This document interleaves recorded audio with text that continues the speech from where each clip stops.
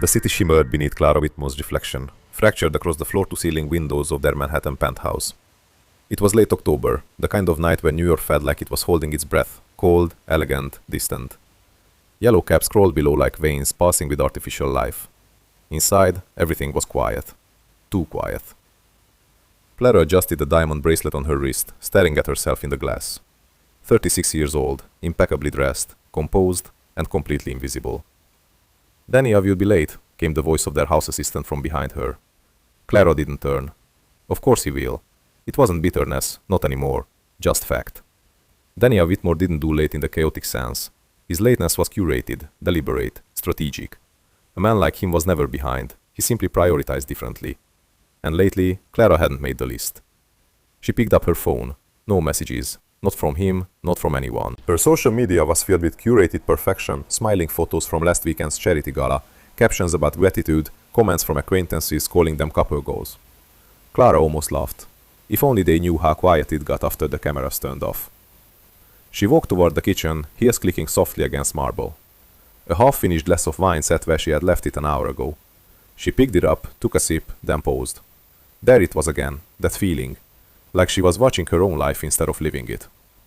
"Do you ever feel like you're disappearing?" she had asked Daniel once, months ago. He hadn't even looked up from his laptop. "You're overthinking," he said. "You always do that when you're not busy enough." Not busy enough. Clara closed her eyes.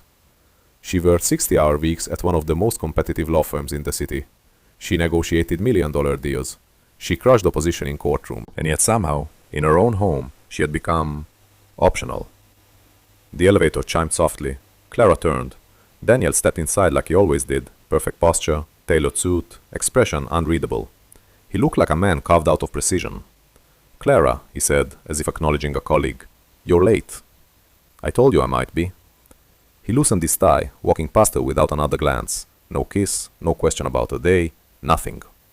Clara watched him move through the space like he owned not just the apartment, but the air itself. "Dinner's cold," she said. "I'll eat later." Of course he would. There was always something later. Clara set the glass down harder than she intended. "Daniel." He stopped, slowly turned.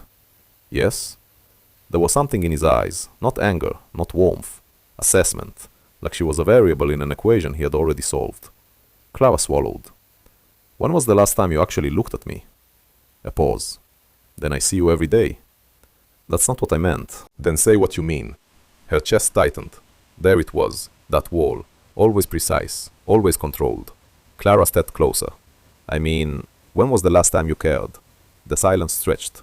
For a second, just a second, something flickered across his face. Then it was gone. "I provide for us," he said calmly. "I built this life, and I'm just part of the decor? If that's how you choose to see it." Clara let out a breath that trembled despite her effort to control it. "No, that's how it feels." Another pause. Then Daniel nodded slightly, like she had confirmed something for him. "I have an early morning," he said. "We'll talk about this another time." Another time. Always another time. He walked away, just like that. Clara stood there, alone in a home that suddenly felt too large, too quiet, too empty. Her phone buzzed. She almost ignored it, but something made her look. Unknown number. A message. "You look like you needed to breathe tonight." Clara frowned. Another message followed. "If you ever want to remember what that feels like, I know a place." Her pulse quickened. "Who is this?" she typed. The reply came almost instantly. "Julian." Clara stared at the name. She didn't recognize it. And yet, for the first time in a long time, she felt something. Not safety, not stability, but something far more dangerous. Possibility. Clara didn't sleep that night. She lay beside Daniel, staring at the ceiling while the faint glow of the city seeped through the curtains like a restless pulse. His breathing was steady, measured, controlled even in sleep. Everything about him was controlled. Everything except the silence between them. Her phone rested face down on the nightstand, but she could feel it, like it was alive, like it was waiting. Julian, a stranger, a name that meant nothing, and yet it lingered in her mind far longer than it should have. At 2:17 a.m., Clara gave in. She reached for the phone, careful not to disturb Daniel. Her fingers hesitated for only a second before unlocking the screen. The messages were still there, simple, direct, unapologetically personal. "You looked like you needed to breathe tonight." Clara frowned slightly. Tonight? Her mind flickered back. The charity gala, the one she barely remembered enjoying. Crowded room, too many faces, Too many expectations. She had stood beside Daniel most of the evening, smiling at people whose names she wouldn't recall tomorrow. But there had been a moment. She remembered stepping out onto the balcony, just for a minute, just to breathe. The cold air, the quiet, the absence of performance. Had someone been there? Her chest tightened. Had someone been watching her? "Who are you?" she typed again, slower this time. The reply came after a pause. "Someone who noticed you when no one else did." Clara swallowed. That shouldn't have meant anything. It shouldn't have affected her. And yet her fingers hovered over the screen. That's a strange thing to say to a married woman. This time the response took longer. Is it strange, or is it true? Clara stared at the words. Her instinct should have been to block the number, delete the messages, forget it ever happened. That's what the version of her, the composed, disciplined, rational Clara Whitmore would have done. But something inside her didn't want to. Instead, she typed, "What do you want?" The reply came instantly. "Nothing you don't already want." Her breath caught. That was the moment she should have stopped. Instead, and what is that? A pause. Then, "To feel like you exist." Clara's chest tightened so suddenly it almost hurt. She locked the phone. Too fast, too abruptly, as if cutting the connection would erase what she had just felt. But it didn't, because the truth was, he wasn't wrong. The next morning felt like a performance she had memorized too well. Clara moved through her routine with mechanical precision. Coffee, emails, a tailored navy suit, minimal makeup, hair pulled back just enough to signal control without rigidity. Daniel was already gone when she stepped into the kitchen. Of course he was. There was a note on the counter. "Early meeting, don't wait up tonight." No signature, no warmth, just information. Clara stared at it for a long moment before folding it once and setting it aside. Her phone buzzed. She didn't need to check to know who it was. Still, she did. "There's a place on 14th Street. Quiet. No expectations. No one pretending to be someone they're not." Another message followed. 7 p.m. If you decide you want to breathe again. Clara exhaled slowly. This was insane. She didn't know this man, didn't know what he wanted, didn't know why he had chosen her. And yet, the idea of that place, no expectations, no pretending, it lingered. The law firm was colder than usual that day, or maybe it was just her. Clara sat in a glass conference room, listening to a client ramble about contract revisions, but the words slid past her without meaning. Her assistant Megan was speaking now, confident, efficient. Clara should have been leading this, she always led, but today she felt distant. "Clara?" Megan's voice cut through. Clara blinked. "Yes?" "The client's asking if you agree with the proposed changes." Clara glanced at the documents. She processed them in seconds. Of course she did. She was still her. Still sharp. Still capable. "Clause 4 needs restructuring," she said calmly. "Otherwise it exposes us to unnecessary risk." The client nodded, impressed. Megan smiled. Everything was exactly as it should be. And yet, it wasn't. Because even as she spoke, even as she performed flawlessly, her mind drifted. Back to a message. Back to a man she didn't know. Back to a question she hadn't allowed herself to ask in years. "When was the last time you felt alive?"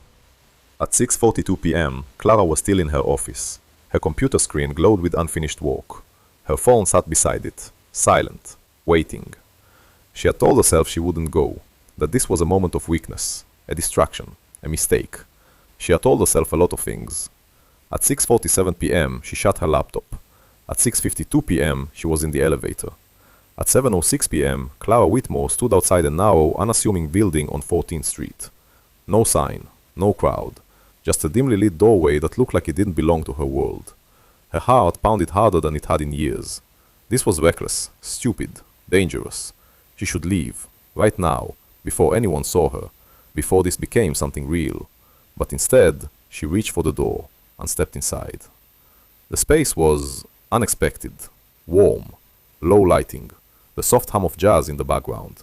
It felt less like a bar and more like a secret someone had forgotten to lock away. People sat close together, speaking in quiet voices. No one looked at her. No one cared who she was. For the first time in years, Clara wasn't being observed. She wasn't being evaluated.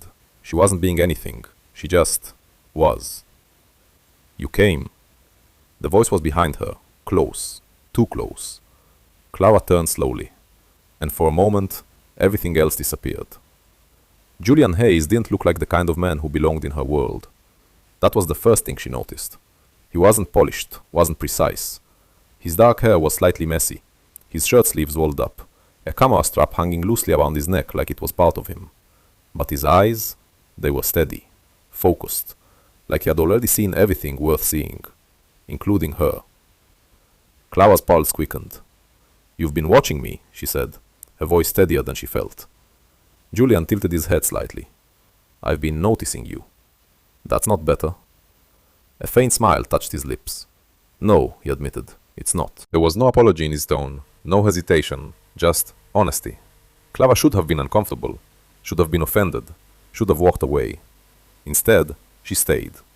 "Why?" she asked. Julian studied her for a moment. Not her clothes, not her status. Her. "Because you look like someone who's been holding her breath for a very long time." The words hit harder than they should have. Clara's throat tightened. "I'm not happy?" he interrupted gently. She stopped, because for once, she didn't have an immediate answer. Julian stepped closer. Not enough to touch her, just enough to shift the air between them. "You don't have to explain it," he said quietly. "I can see it." Clara let out a breath she didn't realize she had been holding, and for the first time in a long time, she didn't correct him, didn't defend her life, didn't pretend. Instead, she asked a question she didn't fully understand herself. "What happens if I stop pretending?" Julian's gaze didn't waver. Then everything changes. A pause, a beat, a choice. Clara knew deep down that this moment mattered, that whatever she did next would have consequences she couldn't control. But right now, standing in a place where no one knew her, looking at a man who saw her too clearly, for the first time, control didn't feel like safety. It felt like a cage, and she was dangerously close to stepping out of it. Clara didn't remember deciding to stay. Later, when she would replay this night in her mind over and over, searching for the exact moment everything shifted, she wouldn't find a clear answer. There was no dramatic turning point, no sudden, reckless impulse, just a quiet surrender. It began with a drink. "Whiskey?" Julian asked, already signaling the bartender. "I don't drink whiskey," Clara replied automatically. Julian glanced at her, one eyebrow slightly raised. "You don't, or you don't allow yourself to?" The question lingered between them. Clara exhaled. "I don't usually." Julian nodded once. "Then tonight, you don't have to be usual." He ordered anyway, 2 glasses. Clara watched him, aware of how easily he occupied space not in the commanding way Daniel did, not with control or precision, but with something looser, something unpredictable, dangerous. The glasses arrived. Julian slid one toward her. She hesitated for a fraction of a second, then picked it up. The burn hit her throat harder than expected. She winced slightly. Julian smiled, not unkindly. First breath always stings. Clara let out a quiet laugh. It surprised her. She hadn't heard that sound from herself in a long time. They didn't talk about work. They didn't talk about her marriage. Not at first. Instead, Julian told her about the places he had been. Small towns in Arizona, abandoned buildings in Detroit, quiet coastlines in Oregon where no one cared who you were or what you did. "I photograph people," he said, swirling the amber liquid in his glass, "but not the version they show the world." Clara leaned slightly forward despite herself. "Then what version?" "The one they're trying to hide." Their eyes met. Too long. Too direct. Clara looked away first. "That sounds invasive." "It is," Julian admitted, "but it's also honest." Clara traced the rim of her glass with a finger. "Honesty isn't always a good thing." Julian studied her. "No," he said softly, "but it's always a revealing one." A silence settled between them, not awkward, not forced, just present. Clara realized something then. No one here knew her name. No one cared about her reputation. She wasn't Clara Whitmore, senior associate, wife of Daniel Whitmore. She was just Clara. And for the first time, that felt unfamiliar. "Why me?" she asked suddenly. Julian didn't hesitate this time. "Because you look like you were about to disappear." Her chest tightened. "I'm right here." "Your body is," he said quietly. "I'm not sure the rest of you is." The words should have angered her, should have made her defensive. Instead, they landed. Too accurately. Clara took another sip of whiskey, slower this time. "You talk like you know me." "I don't," Julian said, "but I know that look." "What look?" "The one people have when they realize the life they built doesn't feel like it belongs to them anymore." Clara froze. Because that was exactly it. Not unhappiness, not even pain, just disconnection.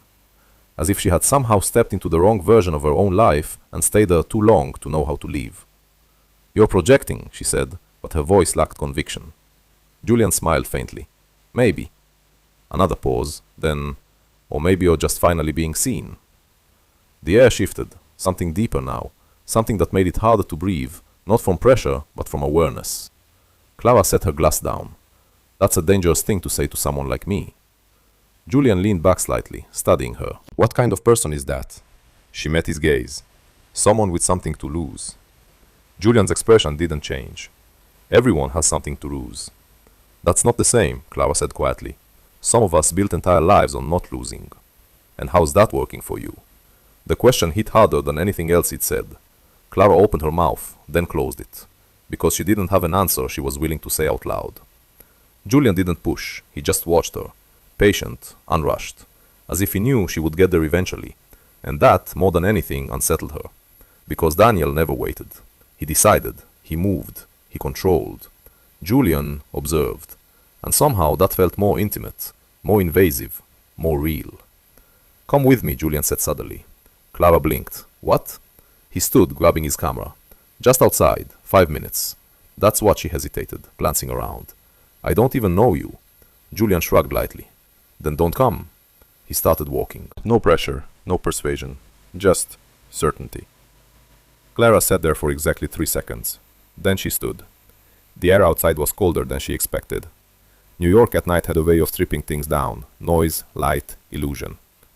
Julian led her down a quieter street, away from the glow of the main avenue. Where are we going? She asked. You'll see. They stopped in front of an old building, brick, slightly worn, the kind of place people passed without noticing. Julian turned to her. Stand there.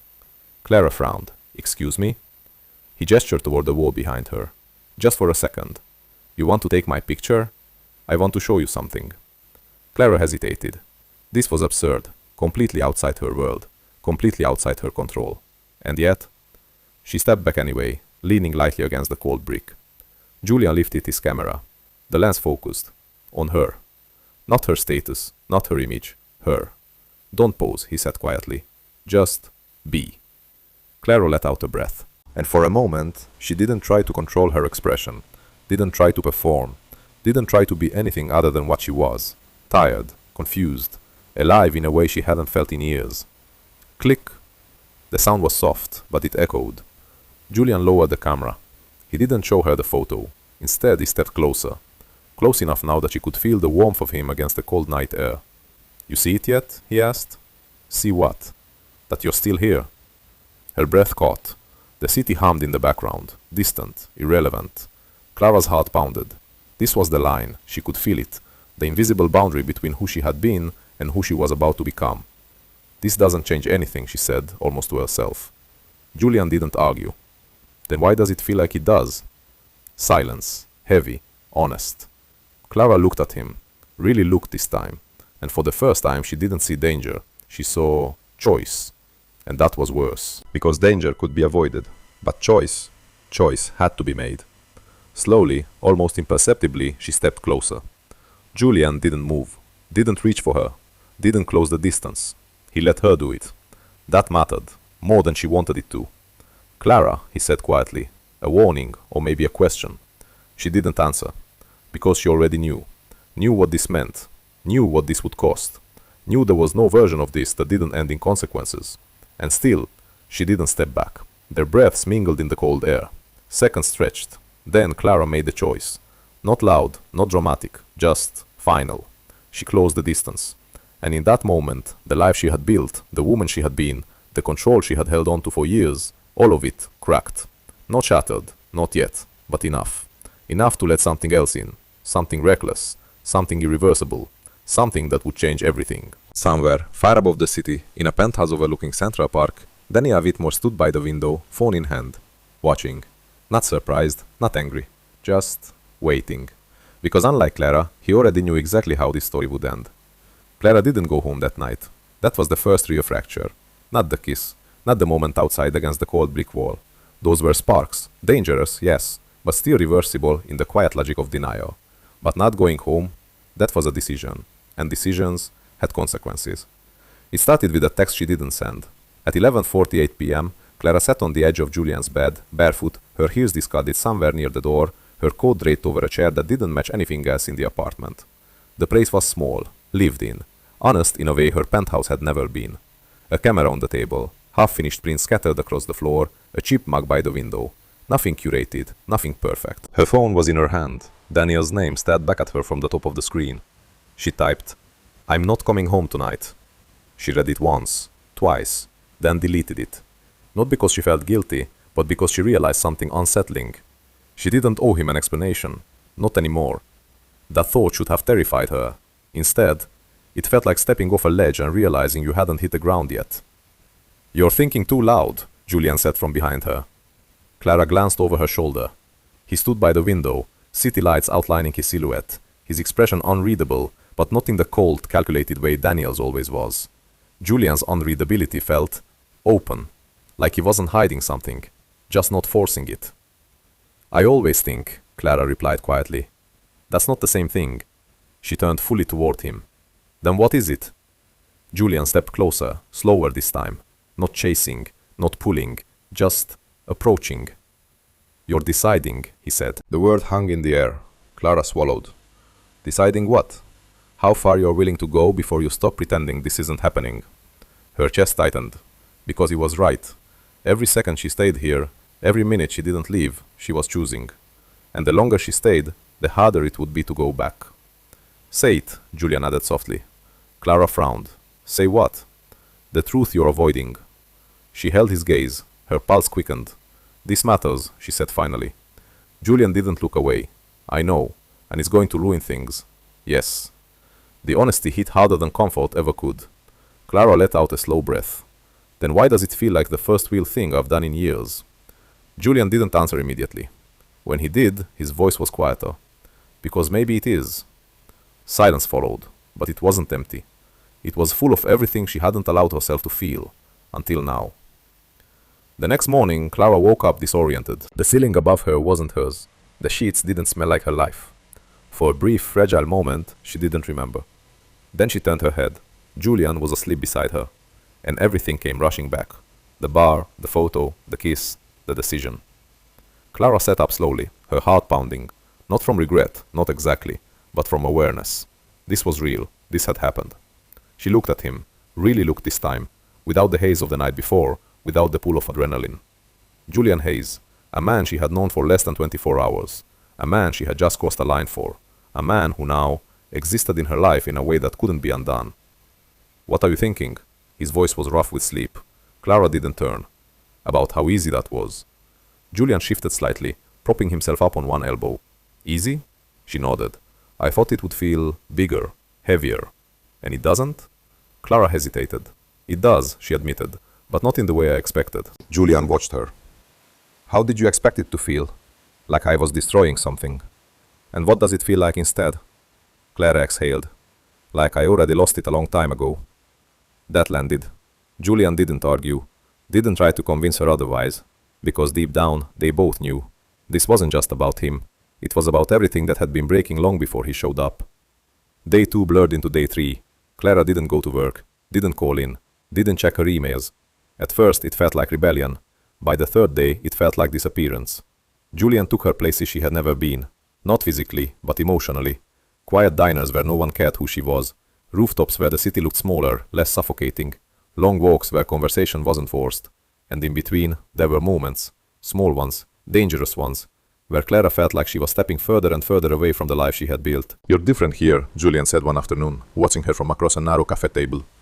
Clara raised an eyebrow. "Different how? You don't measure your words." "That's because none of them matter here." Julian shook his head slightly. "They matter more." Clara smiled faintly. "That's a contradiction." "No," he said quietly. "That's honesty." She looked at him. For a moment she believed him, but cracks always find a way through. It happened on the 4th night, subtle, almost invisible, until it wasn't. Julian was editing photos, his focus sharp, his energy different, distant. Clara watched him from the bed. "You disappear when you work," she said. He didn't look up. "I focus. That's not the same thing." Julian exhaled, setting the camera down. "Why does that bother you?" Clara tilted her head slightly. "It doesn't. Then why mention it?" A pause. Then, "Because it feels familiar." Julian finally looked at her. Something unreadable flickered in his eyes. "That's not fair." Clara's chest tightened. "I didn't say it was." Silence stretched. Tension. small but real. The kind that doesn't explode, but lingers and grows. By the fifth day, Clara noticed more. The inconsistency, the way Julian avoided certain questions, the way his stories sometimes didn't line up perfectly. Nothing dramatic, nothing obvious, just cracks. The kind she had ignored before, the kind she had once learned to live with. And suddenly, the freedom she thought she had found didn't feel as solid as it had on the first night. On the sixth day, her phone buzzed for the first time. Not Julian, not work. A notification.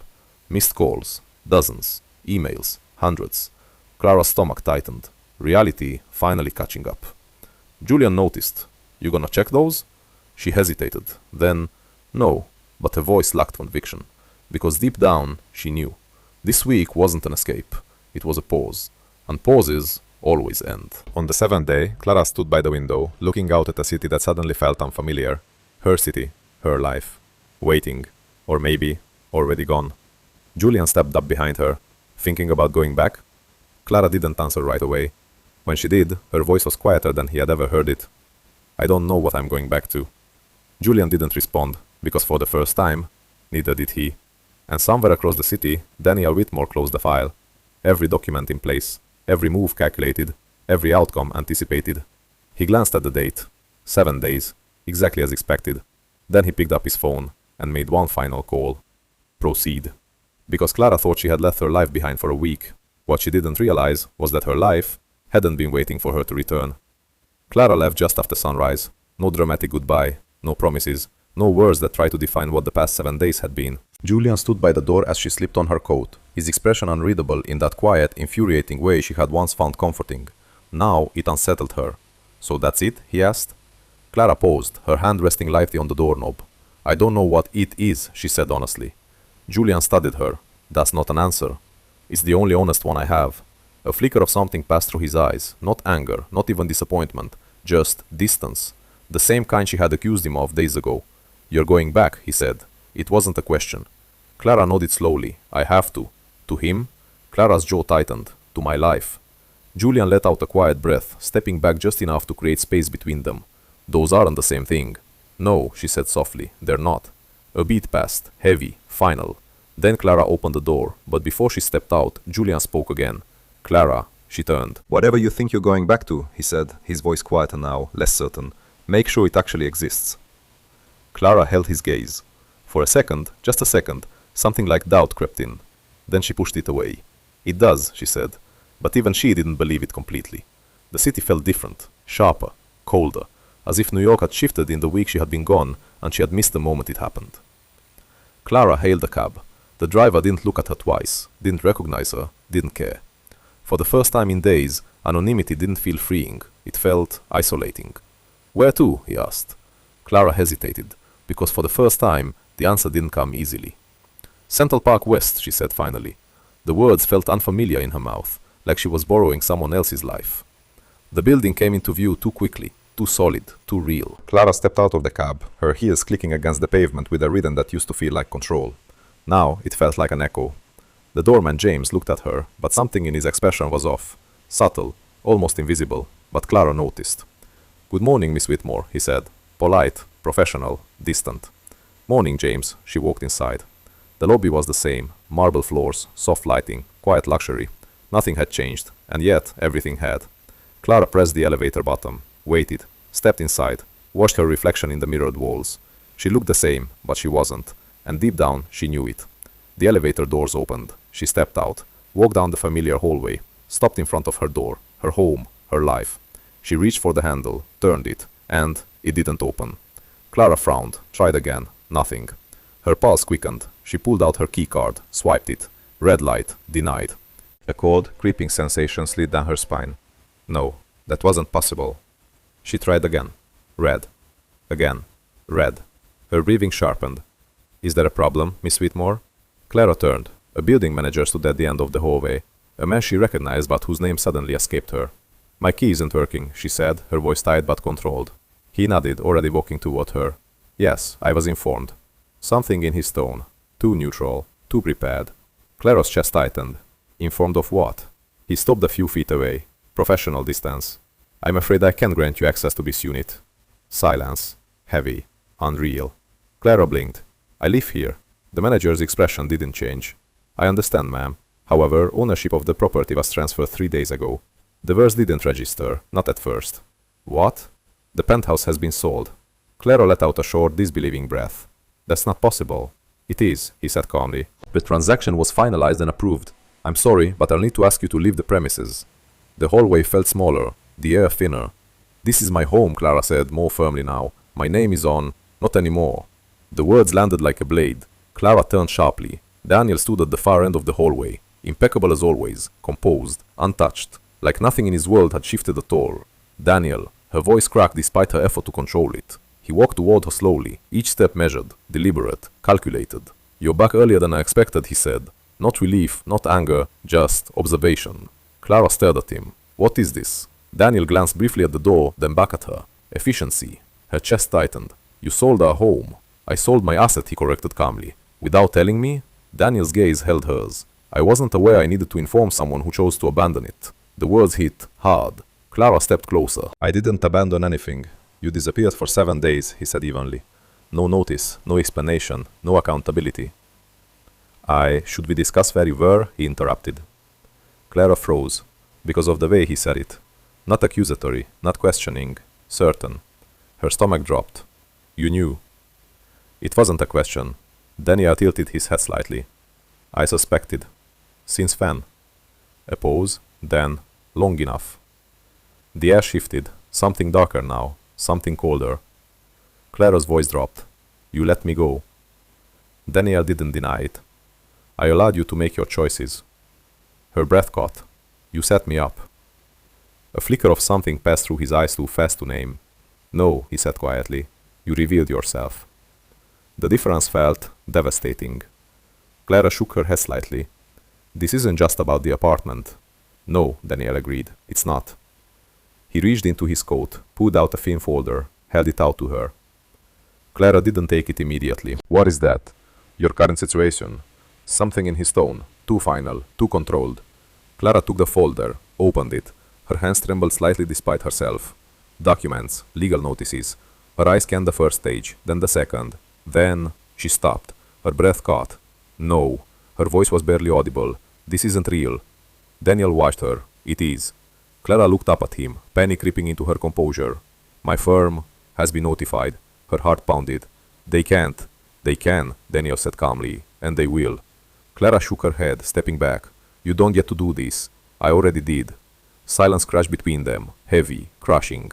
Clara's mind raced, trying to understand, trying to catch up, trying to find control, and failing. You destroyed me, she whispered. Daniel's expression didn't change. No, Clara. A beat. You did that yourself. The words landed like a verdict, final, irreversible. Clara stood there, in a hallway that used to be hers, holding the pieces of a life that no longer existed. And for the first time, she understood. She hadn't just stepped away for a week. She had stepped out of her life entirely. And now, there was no place left to return to. Behind her, the elevator doors opened, waiting, silent, like an exit she hadn't planned for. Clara didn't move, because for the first time in her life, she didn't know where to go. And Daniel? He simply turned and walked away, without looking back. Clara didn't remember stepping into the elevator. She didn't remember pressing the button. She didn't even remember leaving the building. And yet, somehow, she found herself standing on the sidewalk, the cold New York air cutting through her coat like it was made of paper. The city moved around her, unbothered, unchanged. Cars passed, people walked, conversations overlapped in fragments of lives that still made sense. But Clara stood still, like something had ended, and nothing had begun to replace it. Her phone vibrated in her hand, once, twice, then again, relentless. She looked down. Negan, work. Negan, work. Negan, work. Dozens of missed calls. Her chest tightened. Reality wasn't just catching up anymore. It had arrived. Clara answered. Negan. The silence on the other end lasted less than a second. Clara, where are you? Her tone wasn't casual. It wasn't even concerned. It was strained. Clara swallowed. I just got back into the city. A pause. Then, you need to come in. Something in her voice. Sharp, controlled, long. Clara's grip on the phone tightened. What's going on? Another pause. Longer this time. Then Negan exhaled. Everything. The firm building looked exactly the same. Tall, imposing, untouchable. For years it had been Clara's battlefield and her armor. Today, it felt like a courtroom she was about to be judged in. The receptionist didn't smile when she walked in, didn't greet her, just looked, and then quickly looked away. Clara felt it, that shift, subtle but undeniable. She walked toward the elevators anyway, head high, posture perfect, control still intact, at least on the outside. The doors opened, she stepped out onto a floor, and the silence hit her first. Not the absence of sound, but the absence of normal. No casual greetings, no passing conversations. Just eyes, watching, avoiding, judging. Clara walked forward, each step heavier than the last. Megan was waiting outside her office. Her expression said everything Clara wasn't ready to hear. "You're here," Megan said. Clara nodded. "What happened?" Megan didn't answer immediately. Instead, she handed her a tablet. Clara frowned slightly. "What is this?" "Just look." Clara took it. The screen was already open. An article, a headline. Bold, unforgiving. Top Manhattan attorney disappears for a week with alleged lover. Questions of professional misconduct arise. Clara's breath stopped. No. Her eyes scanned faster. Too fast. Names blurred. Details sharpened. Dates, locations, photos. Her stomach dropped. The picture, taken outside Julian's apartment, the night she arrived. Her face clear, recognizable, unmistakable. How? Her voice broke. How is this public? Megan's expression hardened slightly, not against Clara, but against the situation. It was sent anonymously to multiple outlets early this morning. Clara's hands trembled. This isn't proof of anything. There's more. Megan took the tablet back, scrolled, showed her another document. Internal, confidential, or at least it should have been. Clara's chest tightened. No, this was sent directly to the partners. Clara shook her head slowly. That's privileged. This is illegal. It's damaging, Megan cut in quietly. The word hung in the air. Heavy. Final. Clara stepped back. This doesn't make sense. Megan's gaze softened, but only slightly. It does, Clara. A pause. Then, someone wanted to destroy you. The truth of it landed immediately. Cold, precise, calculated. Daniel. Of course it was Daniel. Clara let out a breath that shook despite her effort to steady it. They can't fire me over this. Megan didn't respond. That silence, that was the answer. Clara's voice sharpened. They can't. They already suspended you. The words hit like a physical blow. What? Pending investigation. Clara stared at her. No, that's not enough. I need to speak to... You will, Megan said, but not today. Clara's pearls pounded in her ears. This is my career. I know. I didn't break any laws. That's not the standard they're using right now. Clara froze, because she understood. This wasn't about legality. It was about perception, reputation, trust. And those were already gone. Clara laughed softly. It wasn't humor. It was disbelief. He planned this. Megan didn't ask who. She already knew. Clara. He knew I would leave, Clara continued, her voice tightening. He knew exactly what I would do, and he waited. Her chest rose and fell faster now. He didn't stop me. Megan stepped closer. That doesn't make this your fault. Clara looked at her. Really looked. And for the first time she said it out loud. I had an affair. The words tasted sharp, real, unavoidable. Megan didn't flinch. I know. I walked away from everything. Yes, and now Clara's voice cracked. Now I don't have anything to walk back to. Silence settled between them. Heavy, uncomfortable, honest. Megan reached out slightly, then stopped herself. Professional boundaries. Even now. You need to prepare, she said instead. For what? Megan hesitated. Then, for the possibility that this doesn't recover. Clara's chest tightened. Doesn't recover? Your position, your reputation, your standing here. Each word, a step further down. Clara nodded slowly, as if absorbing it piece by piece would make it less real. It didn't. Okay, she said quietly. Megan blinked. Okay? Clara lifted her chin slightly, her composure not back, but rebuilding. Then I need to know everything. There it was. Not collapse, not denial. Clarity. Megan studied her for a moment, then nodded. All right. Clara's voice steadied. Who else has seen it? Everyone who matters. And the partners? They're already distancing themselves. Of course they are. Clara turned away slightly, processing, analyzing, because that was what she did, what she had always done. Even now. Especially now. This wasn't just exposure, she said slowly. It was timing. Megan nodded. Yes. Release the story, notify the firm, cut off my access, remove my stability. Her breathing steadied, each piece falling into place. He didn't react, she whispered. He executed. Megan didn't respond. Because there was nothing to add, Clara turned back, and for the first time since she walked into the building, there was something different in her eyes. Not panic, not confusion, something sharper, colder, more dangerous. He thinks I'm finished. Megan hesitated. Clara, he thinks I don't see the whole board. Her voice dropped slightly, controlled, focused, and maybe I didn't. A beat. Then, but I do now. Megan studied her carefully. Clara, what are you planning? Clara didn't answer immediately, because the truth was, she didn't fully know yet, but she knew one thing. This wasn't over. Not for her. Not yet. Right now, she said quietly, I'm going to find out exactly how far he went. Her eyes hardened. And then, I'm going to decide how far I'm willing to go back. Across the city, Daniel Whitmore stood in a conference room filled with quiet congratulations, controlled smiles, respect, victory, without saying the word. He accepted it all with the same calm composure, because to him, this wasn't revenge, this was resolution, a problem identified, a solution executed, nothing more, nothing personal. But what Daniel didn't account for, what he couldn't fully calculate, was this. Clara Whitmore had finally stopped reacting and started thinking, and that was far more dangerous. Clara didn't go home, because there was no home to go back to. Instead, she checked into a hotel downtown, anonymous, efficient, impersonal. The kind of place where no one asked questions and no one remembered faces. It suited her, for now. She stood by the window, looking out at a version of New York that felt colder than it had ever been. Not because the city had changed, but because she finally saw it clearly. Power, perception, control. That was the real currency here, and Daniel Whitmore had just spent all of it perfectly. Clara closed her eyes for a moment, then opened them again. No more hesitation, no more denial. If he had turned her life into a strategy, then she would answer in the only language she respected. Precision.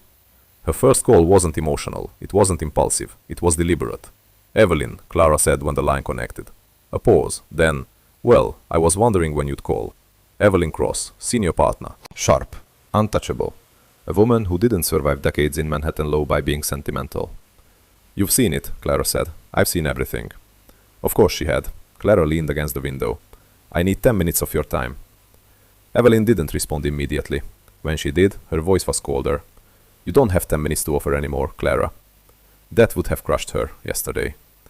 Then consider this an investment, Clara replied evenly. A pause. Interest. Subtle but there. Talk. Clara's grip tightened slightly on the phone. Daniel didn't just expose me, she said. He accessed internal documents. Silence. Then, that's a serious accusation. It's a provable one. Evelyn's tone shifted just enough. How? Clara walked slowly across the room, mind already aligning the pieces. Because I know exactly which documents were leaked. And they weren't accessible outside the secured partner channel. Another pause, longer this time.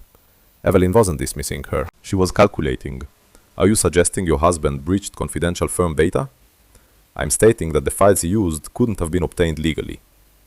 The air on the other end changed, subtly but unmistakably. Be very careful, Clara, Evelyn said quietly. If you're wrong, I'm not. Clara's voice didn't rise, didn't waver, because for the first time since everything collapsed, she wasn't guessing. She was thinking. I want a meeting, she added, with you and the board. That's not how this works. No, Clara agreed, but this situation isn't standard. A pause, then, and if I'm right? Evelyn exhaled slowly. Then this becomes a liability issue. Exactly. Silence stretched. Clara waited, because this was the game now, and she knew how to play it. Tomorrow, 9 a.m., Evelyn said finally. Clara didn't smile, but something inside her settled. Thank you. The call ended. Her second call came 10 minutes later. This one was personal. Julian answered on the third ring. Clara? His voice carried something different now. Distance, or maybe caution. I need to ask you something, she said. No greeting, no softness, just truth. A pause. Okay. Clara's jaw tightened slightly. The night you took that photo of me. Silence. What about it? Did anyone else see it? Julian hesitated. Too long. Clara closed her eyes briefly. Julian, I didn't send anything, he said quickly. That's not what I asked. Another pause. And there it was, the crack. There were people around, he admitted. It's New York, Clara. There are always people. Did you show it to anyone? No. Did you upload it? No. The hesitation was smaller this time, but it was still there. Clara exhaled slowly. You're not being honest. That's not fair. No, she said quietly. What's not fair is that my entire life just collapsed, and I don't even know how many people were watching it happen. Silence. Then Julian spoke again, lower now. More careful. I didn't set you up. Clara didn't respond immediately, because she believed him, partially, and that was worse. I know, she said finally, but you weren't careful either. That landed. Julian didn't argue, because he couldn't. Clara, I have to go. She hung up before he could say anything else. Not out of anger, but because she didn't need more uncertainty. Not anymore. The next morning, Clara walked into the firm like she still belonged there, because in some ways she did. The stares were sharper now, less subtle, more certain. Her name had already become something else, a headline, a cautionary tale. But Clara didn't look away, didn't lower her gaze. She walked straight to the conference room. Evelyn was already there, along with 3 other partners, men who had once respected her, men who now looked at her like she was a problem to manage. Sit, Evelyn said. Clara did. No hesitation, no apology. Make your case, Evelyn added. So Clara did. She laid everything out. The timeline, the access points, the documents that should have never left internal systems. She didn't defend her affair, didn't justify her choices, because that wasn't the point anymore. This isn't about my personal conduct, she said finally. It's about a breach. One of the partners leaned back. Convenient timing for that argument. Clara met his gaze. It's accurate timing. Evelyn watched her closely. You're certain? Yes. And you can prove it? Clara reached into her bag, pulled out a folder, placed it on the table. I already have. Silence. Heavy. Electric. Evelyn opened the folder, read. Then, her expression changed. Subtle, but unmistakable. The room shifted. Where did you get this? One of the partners asked. Clara didn't look at him. From the only place that matters. Evelyn closed the folder slowly. This complicates things. Clara leaned forward slightly. No, she said quietly. It clarifies them. A pause. Then he didn't just expose me. Her voice sharpened, just enough. He broke the ruse. And in their world, that mattered more than betrayal, more than scandal, more than anything. Evelyn stood, decision already forming behind her eyes. We'll investigate, she said. Clara nodded, because that was all she needed, for now. Across the city, Daniel Whitmore received a call. He listened, didn't speak, didn't react, until the very end. Then, that's not possible, he said. A pause. His expression shifted. For the first time, not control, not certainty, something else. She doesn't have that kind of leverage. Silence. Then, his grip on the phone tightened. Because for the first time since Clara walked out that door, something had moved outside his control. And Clara, for the first time since everything fell apart, was no longer standing in the ruins. She was standing in the truth. And this time, she wasn't the one being exposed. The room was colder than it needed to be. Not physically, but strategically. Glass walls, neutral tones, no distractions, just power. Clara sat at the far end of the conference table, her posture composed, her expression unreadable. Across from her, Daniel Whitmore stood exactly where he always preferred to be, in control. Or at least, that's what he still believed. Evelyn stood between them, the quiet center of a storm neither of them had fully anticipated. This meeting is now formal, she said, her voice cutting cleanly through the tension. Everything discussed here is subject to internal review and potential legal escalation. Daniel didn't look at her. His eyes were fixed on Clara. Sharp, calculating. You've gone further than I expected, he said. Not anger, recognition. Clara held his gaze. So did you. A pause, measured. Then Daniel stepped forward, placing his hands lightly on the table. You had an affair, he said. That's not speculation, that's fact. Clara didn't flinch. Yes. The room stilled. No denial, no excuse, just truth. Daniel's eyes narrowed slightly. Your firm received evidence of compromised judgment, reputational risk, and potential ethical violations. And how exactly did they receive that? Clara asked quietly. Daniel tilted his head. You're not denying the content. I'm questioning the method. The difference landed, subtle but devastating. Evelyn stepped in. That's exactly what we're here to determine. Daniel finally looked at her. I provided information relevant to my wife's conduct. Evelyn's expression didn't change. You accessed restricted internal documents. A beat. Daniel didn't respond immediately, because for the first time he didn't have a perfect answer ready. Clara watched him, carefully, because this This was the moment. Not loud, not dramatic, but critical. The first crack in his control. You always underestimated one thing, Clara said softly. Daniel's gaze snapped back to her. And what's that?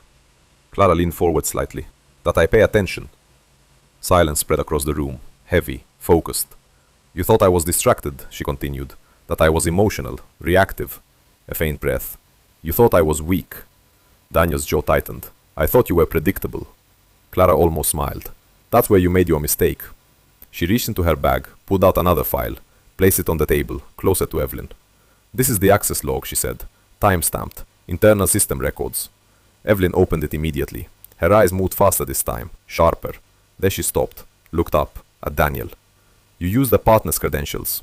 It wasn't a question. Daniel didn't answer, because he didn't need to.